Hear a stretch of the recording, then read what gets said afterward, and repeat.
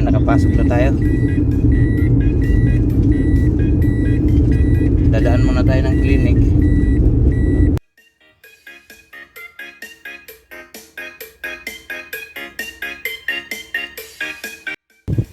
Yun mga dre, nandito tayo sa clinic, sarado pa. Hintay lang natin. Tinawagan ko na si Sir Anton. Yun, paparating na yun. Tayo lang natin 7:30 pa kasi. Hintay lang tayo. Yun,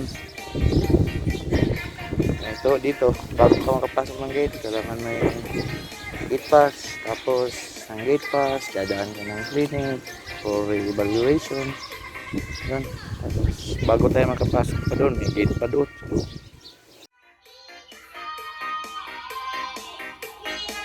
Yun mga dre, tok na lang yung laknat. Tapos kabit natin yung planetary, lagay langis. Sige, tuloy lang.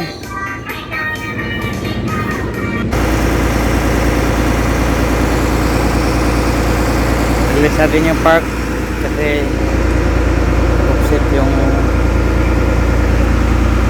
offset lang na offset. Start! Afternoon mga dre. Yes, we completed the job. I'm gonna make my report. Just we reseal this rear right hand side and fill the oil. Completed. And I installed the fuel level gauge over there and just put some protection to keep it safe from the falling rocks. Skip damaging because of the stone. So I make my report, and by tomorrow I will move to next job, which is in Sukay Barat. There's an additional job in Sukay Barat. Then I will move to Bulga. So here, thank you.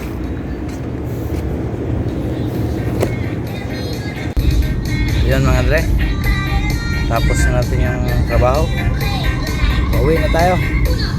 Hindi, uwi tayo sa hotel. Diyan lang yan, malapit lang. Tutulog tayo, tapos bukas biyahe tayo papuntang Sukay Barat. Yan yung mine, ilalim. Pero hindi tayo pumasok kasi nag-workshop lang tayo. Yun, bukas Sukay Barat tayo. Tapos Sukay Barat, diretso tayo ng Bulga. Sukay Barat muna.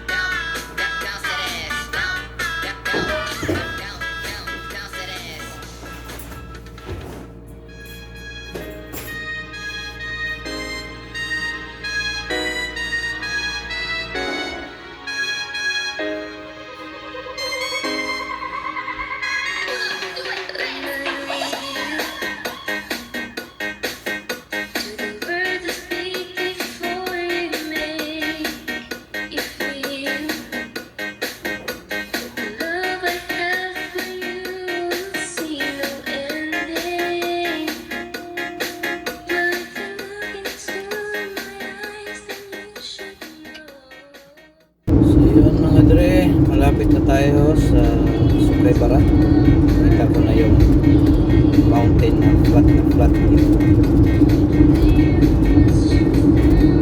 Ulog. Yan yung palatandaan na malapit na tayo sa site.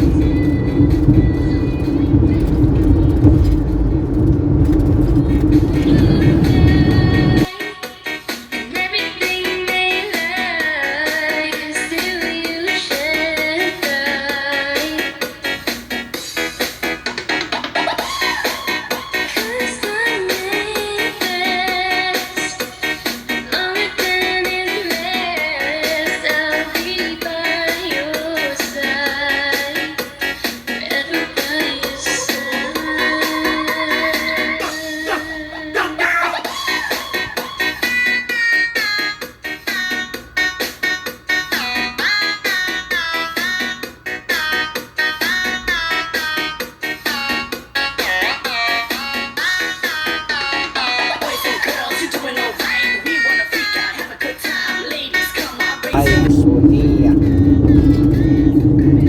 Continue for 800 meters. 100 lang.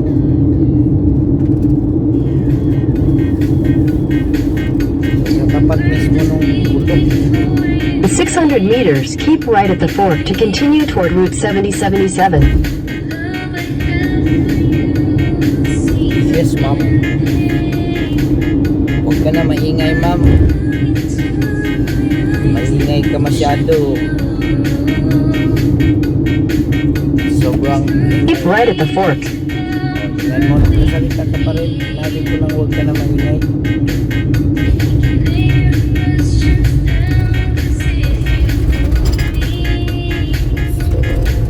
Continue on Route 7077 for 10 kilometers.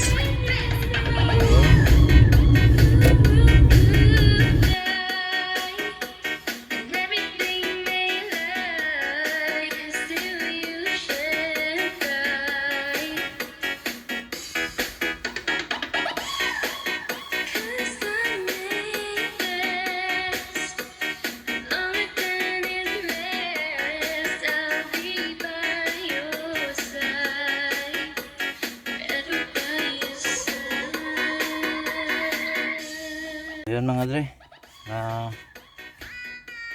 inspect na ako, na-check na ako ng doktor. Hindi na tayo pinasok. Ilagay ko na rin yung plug ko. Ayan, pasok tayo. Hello.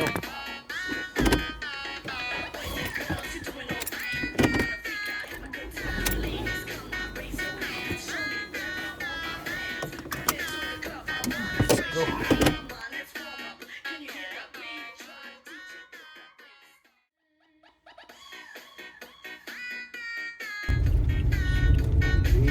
Lipat nila.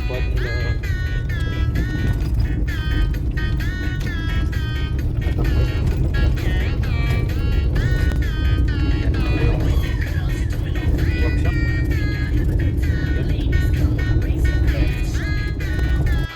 Yan mga dre, dito na tayo sa mga workshop. Dito. Bisina nila sa likod. Sige, tingnan natin kung ano yung magagawa natin sa complaint nila dito. Isang grease system failure at inspection doon sa exhaust tube na nagka-part. Ayos. So yan po yung machine. May problema yung grease. Part na part.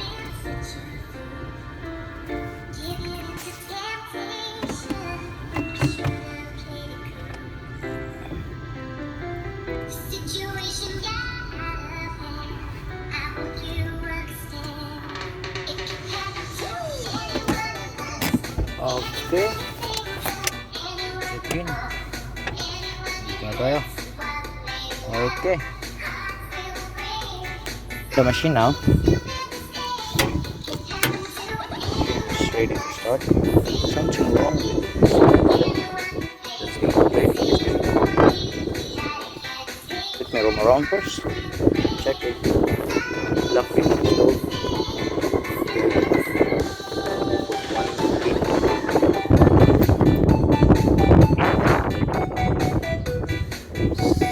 Stove. So, this is distribution block. Why this one is removed? Something is wrong. Okay. Let me check. Let me go upstairs. Let's go check here's the machine. It's brand new, 775G. So, serial number is FM. Okay, there. Let's go. Please open.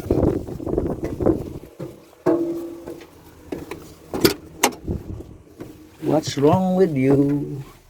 Why?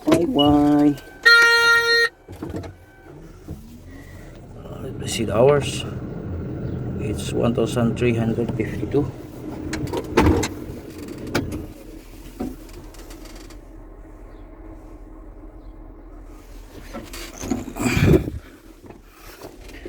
So there's a relay that drives our grease pump. Let me AC. O2 grease. It's R4. R4.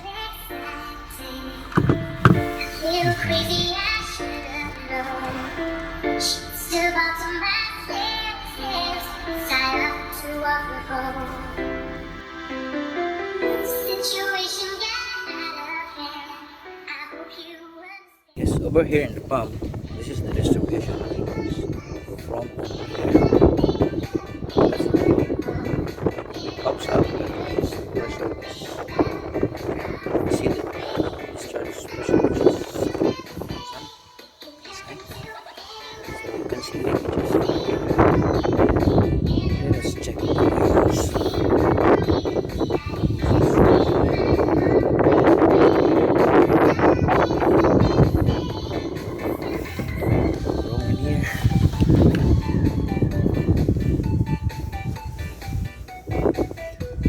Oh man.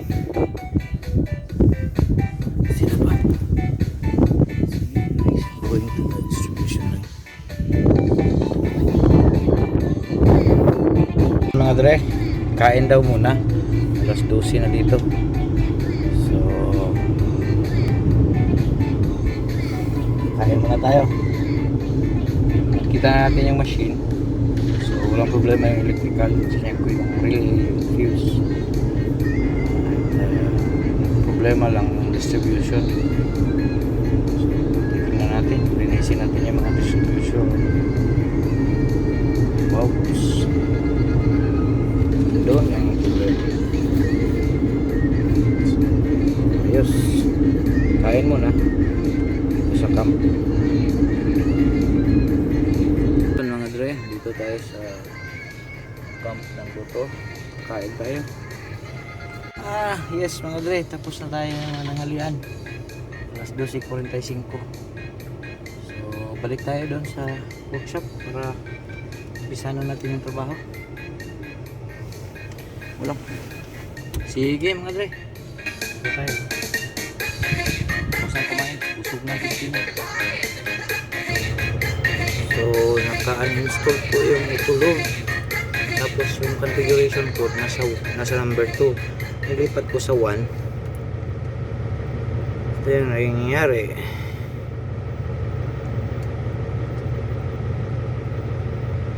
So, until 1 minute.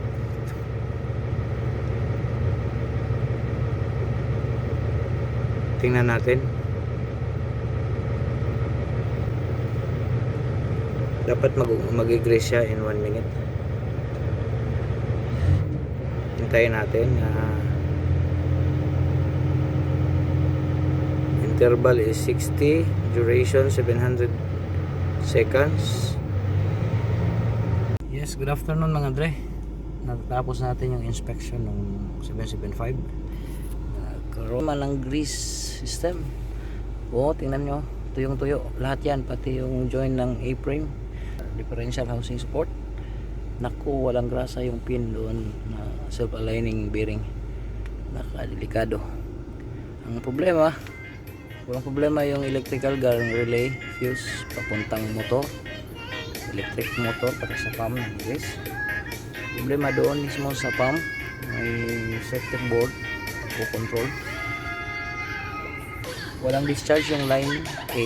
Line A is yung kakabit doon sa likod. So, may discharge siya dito sa line B.